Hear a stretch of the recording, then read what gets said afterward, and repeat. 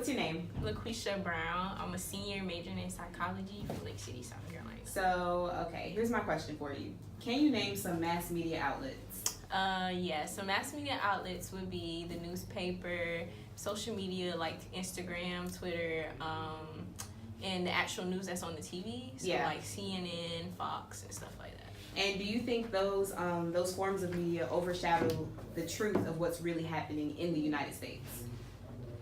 Personally, I think they do. Like, I feel some headlines, they might like make it seem less important than it actually is, and then some headlines they like pick and choose which ones they want to like make a big deal out of, and then they push some of them to the back. So like CNN, I feel like they kind of exaggerate stuff, and then it's more personal opinions than it is facts. So, and you think that those things that they air on television or you see on social media, do you think it affects the personal opinions of the average American? Yeah, a lot. I really do, because I think some people are just biased to seeing like, oh well, most people say that this is right, so I'm gonna just go with what they say, instead of actually believing and looking at the facts and reading the information to see what actually happened on that situation.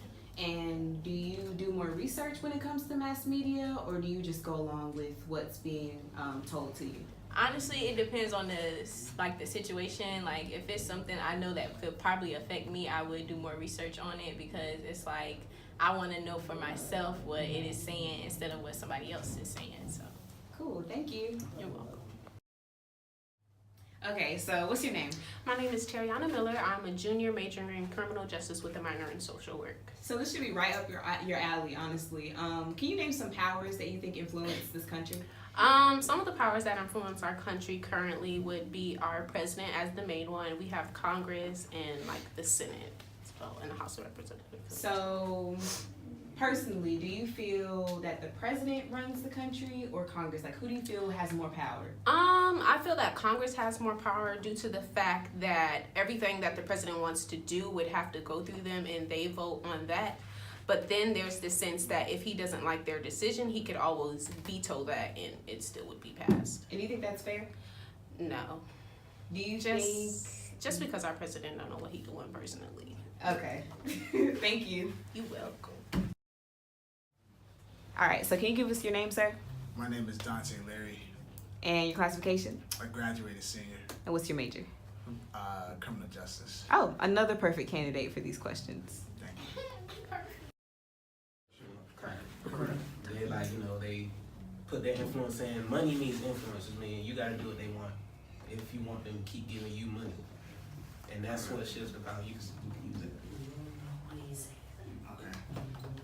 Okay. So what do you think, like, based off of what he said?